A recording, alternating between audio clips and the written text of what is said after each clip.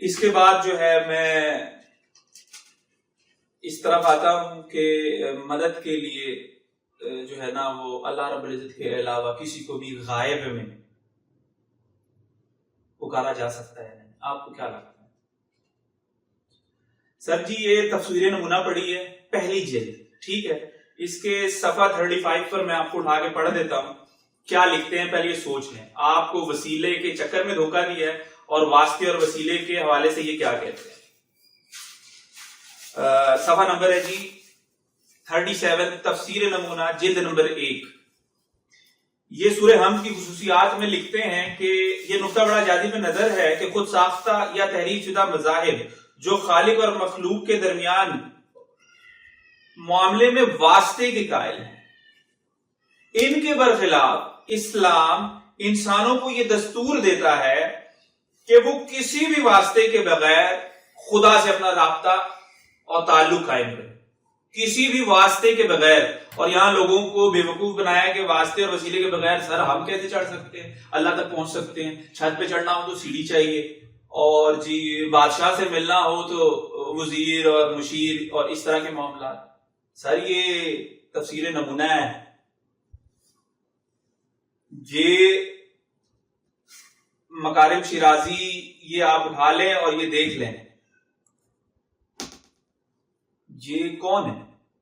یہ کوئی گلی میں بیٹھنے والا کوئی خطیب ہے، وائز ہے، یا یہ کوئی ناطقہ اور منقبت جو پڑھنے والا بندہ ہے. سر یہ مفسر لیول کے لوگ ہیں. بہرحال اس کے لیے ہم آگے چلتے ہیں اور اگلی آیت میں آپ کو یہ بتاتا ہوں کہ یہ کیا چیز ہے. کہ آپ کو سورہ حج کی آیت نمبر 73 اور 74 حافظ فرمان صاحب کا ہی ترجمہ ہوگا، اس میں آپ یہ دیکھ لیں کہ وہ اس کانٹیکسٹ میں کیا لکھتے ہیں. ٹھیک ہے، میں آپ کو بتاتا ہوں. 73 اور 74 ہے آیت، ٹھیک ہے، سورہ الحج. یہ کہتے ہیں، اس کا ترجمہ آپ اٹھا کے پڑھ لیجیے گا. بہرحال پہلے میں ترجمہ بتاتا ہوں اور پھر مین پوائنٹ جو انہوں نے اس میں کھینچا ہے وہ دیکھیے گا. کہ لوگوں ایک مثال بیان کی جا رہی ہے، ذرا کان لگا کر سنو. لوگوں ایک مثال بیان کی جا رہی ہے، ذرا کان لگا کر سنو. اللہ کے سوا جن جن کو بھی تم پکارتے ہو، جن جن کو بھی تم مدد کے لیے، وہ ایک مکھی بھی تو پیدا نہیں کر سکتے.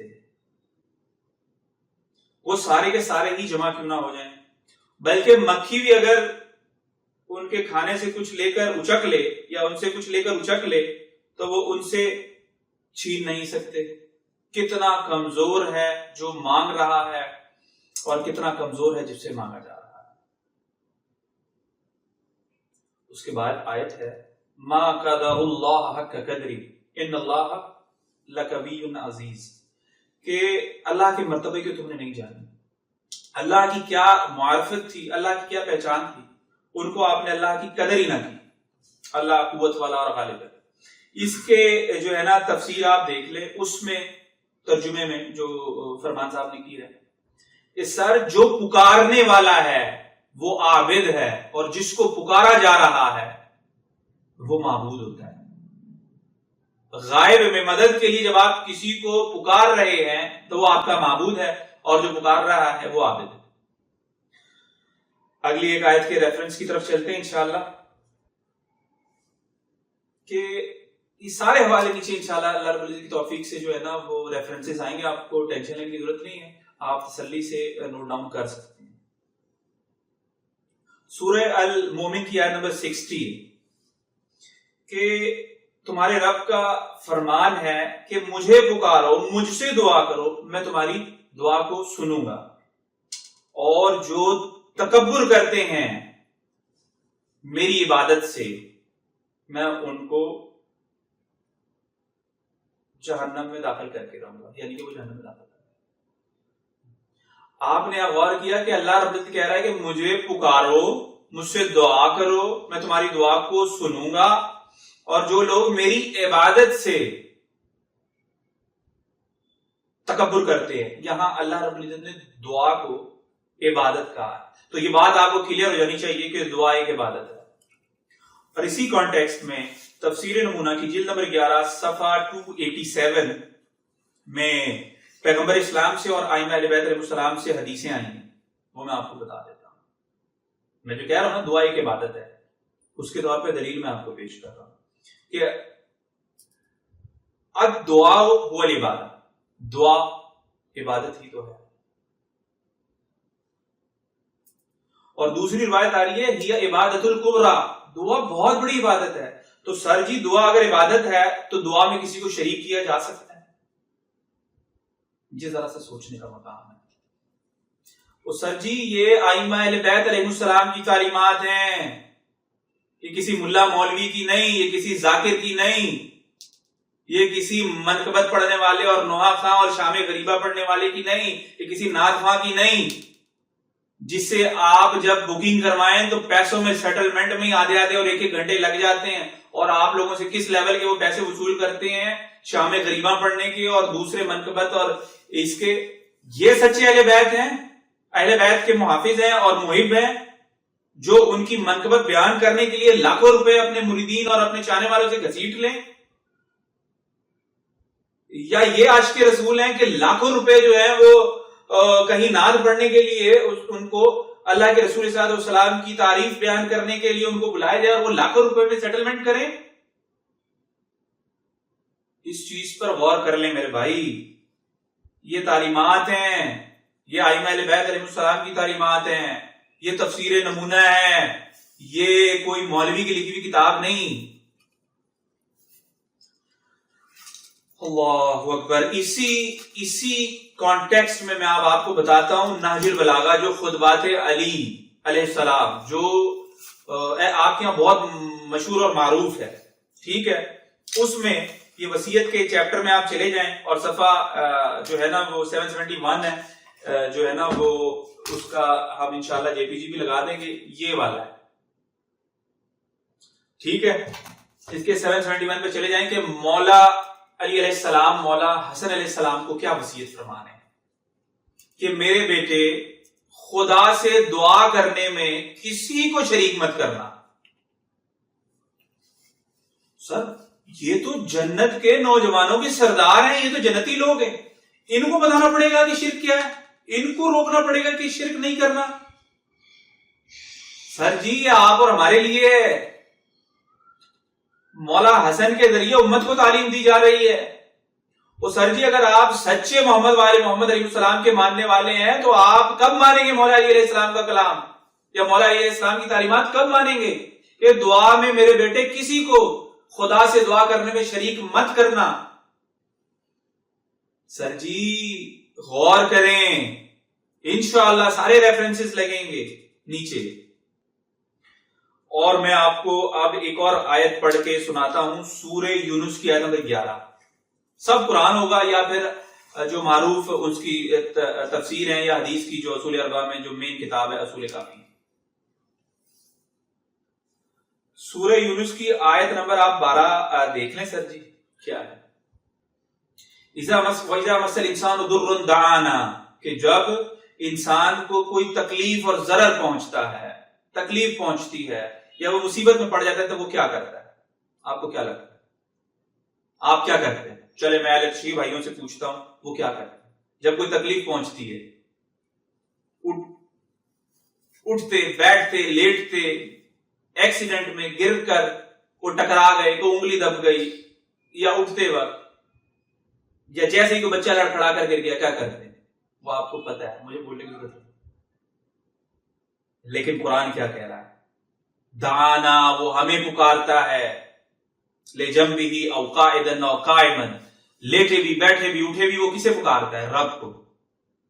یہ ائمہ اہل بیت علیہ السلام کی تعلیمات آپ کو کیا لگتا ہے اس کے خلاف ہوگی؟ ائمہ اہل بیت علیہ السلام جب مولا علیہ السلام سر جی ہوں گے موجود تو آپ یہ بتائیں اس کی تفسیر کوئی پوچھتا ہوگا، اس کا ترجمہ کوئی پوچھتا ہوگا یا اس کو انڈرسٹینڈ کرنے کے لیے کوئی پوچھتا ہوگا تو مولا علیہ السلام اس کو کیا فرماتے ہوں گے؟ دعانا سے مراد رب ہے یا داعی ہے؟ مجھے پکارتے تھے، مجھے پکارو جب کوئی تکلیف پریشانی آئے. مجھے پکارو یا اللہ کو پکارو، یہ کہتے ہوں گے اس وقت. یا آئمہ اہل بیت علیہ السلام 250 to 60 ہجری تک آپ آ جائیں، وہ کیا کہتے ہوں گے؟ ہمیں پکارو. یا وہ یہی تعلیم دیتے ہوں گے کہ رب کو پکارو. سورہ زمر کی آیت نمبر 49 میں بھی یہ آیت ریپیٹ ہوئی ہے. ٹھیک ہے. اچھا، ویسے یہ سارا معاملہ نماز سے باہر ہے. نماز میں آپ کیا کرتے ہیں؟ نماز میں تو آپ اس طرح سے کوئی شرک نہیں کر رہے. نماز میں تو آپ کوئی ایسا کام نہیں کر رہے. نماز میں جب اٹھتے ہیں تو کیوں نہیں یاری مدد کہتے ہیں؟ ہیں جی، نماز میں جس وقت اٹھ رہے ہیں اس وقت آپ کیا کہتے ہیں؟ بحول اللہ وقوتہ اقوم واقول، کہ اللہ کی دی ہوئی توفیق اور اس کے طاقت سے اٹھتا اور بیٹھتا ہوں. تو سر یہ نماز کے باہر جو ہے وہ کسی اور کی قوت اور طاقت سے بیٹھتے ہیں، اس وقت کیوں رب کو بھول جاتے ہیں؟ اس وقت کیوں اللہ کو بھول جاتے ہیں؟ کیا مولا علی علیہ السلام کی تعلیمات یہی ہوں گی؟ آپ کو لگتا ہے دائرہ یہ نماز میں آ رہی ہے نا، آپ یہ پرفارم کر رہے ہیں، آپ یہ پڑھ رہے ہیں، تو نماز سے باہر نکلتے ہوئے آپ کو کیا ہو جاتا ہے؟ اس کو ذرا سوچیں. اور میں انشاءاللہ اللہ رب کی توفیق سے آپ کو دعا کا طریقہ بھی بتاؤں گا. وسیلے جو جائز ہیں وہ بھی بتاؤں گا انشاءاللہ. ایسا نہیں ہے کہ جو جائز وسیلے ہیں اس کے بھی انکاری ہو جائیں لوگ، ایسا نہیں ہے. وہ میں بتاؤں گا کہ وہ کیا ہیں، اور انشاءاللہ امام جعفر صادق علیہ السلام سے بتاؤں گا. اس سے پہلے یہ جو قریب کے لیے جو ہے نا، لوگ کہتے ہیں کہ اللہ کہاں ہے، اللہ قریب نہیں ہے، اللہ تو دور ہے، بہت دور ہے. یہ ایک ایسا معاملہ بنا کے رکھا ہے لوگوں کے لیے. سر جی، سورہ البقرہ کی آیت نمبر 186 آپ دیکھ لیں. ٹھیک ہے. اس میں کہا جا رہا ہے وَإِذَا سَأَلَكَ عِبَادِي أَنِّي فَإِنِّي قَرِيبٌ أُجِيبُ دَعْوَةَ الدَّاعِ إِذَا دَعَانِ، کہ جب میرے بارے میں لوگ سوال کرتے ہیں تو آپ کہیں کہ میں قریب ہوں. جب وہ مجھے پکارتا ہے، جب وہ مجھ سے دعا کرتا ہے تو میں اس کی دعا کو قبول کرتا ہوں. جانا کدھر ہے؟ چھت پہ اور بادشاہ کدھر سر؟ ایسا کوئی چکر نہیں. اللہ قریب ہے، آپ پکاریں.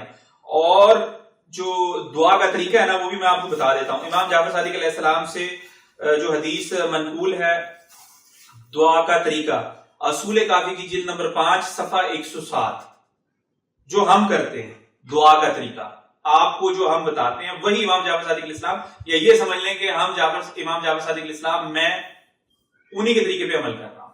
اللہ کے رسول سے بھی اسی طرح کی حدیث آتی ہے. آپ جس فقہ کو فالو کر رہے ہیں اس امام کی بھی بات نہیں مانیں گے. امام جعفر صادق علیہ السلام سے دعا کا طریقہ یہ ہے کہ آپ اللہ رب العزت کی حمد و ثنا کریں اور اس کے بعد درود پڑھیں محمد وآل محمد علیہ السلام پر. اس کے بعد آپ اپنی جو بھی حاجات ہیں وہ اللہ رب العزت کے سامنے پیش کریں. یہ دعا کا طریقہ ہے. اور اس میں یہ درود جو ہے وہ وسیلہ ہی تو ہے. اللہ رب العزت کی حمد و ثنا جو آپ نے کی ہے وہ وسیلہ ہی تو ہے. تو یہ وسیلہ ہے، جائز کریں. یہ تعلیمات ہے ائمہ اہل بیت علیہ السلام کی. دعا کا پریکٹیکل طریقہ آپ کو بتا کر جا رہے ہیں، اس سے زیادہ اور کیا چاہیے؟ اگر آپ سچے محمد والے محمد کے ماننے والے ہیں تو آپ کو تو چاہیے کہ دعا کے طریقے کو بھی اس طریقے سے فالو کریں اور دکھ تکلیف اور پریشانی میں بھی یہ معاملات کریں. کچھ 1 سے 2 ریفرنسز مزید ہیں، میں انشاءاللہ اللہ رب العزت کی توفیق سے وہ بتاتا ہوں. کہ سورہ البقرہ کی آیت نمبر 156 کہ الذین اذا اصابتهم مصیبہ، جب کسی کے اوپر مومنین مسلمانوں پہ جب بھی کسی کے اوپر تکلیف اور پریشانی آتی ہے تو وہ کیا کرتا ہے؟ مولا علی علیہ السلام کو یاد کرتا ہے.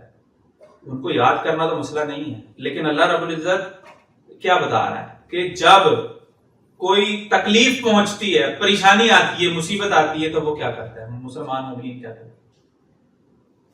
قالوا انا للہ وانا الیہ راجعون، ہم اسی اللہ رب العزت کی ملکیت ہیں اور اسی کی طرف ہم نے لوٹ کر جانا ہے.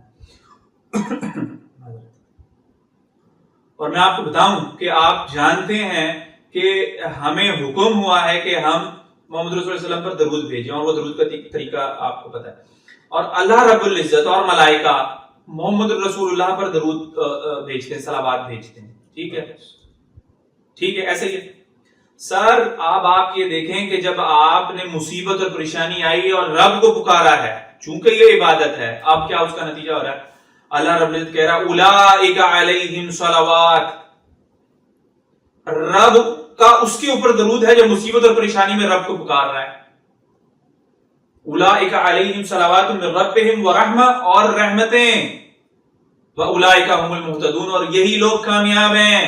اگر واقعتاً محمد وآل محمد کے سچے فالوورز بن گئے تو کامیابی اسی میں ہے کہ مصیبت اور پریشانی میں آپ نے اللہ رب العزت کی طرف مدد والا معاملہ کرنا ہے.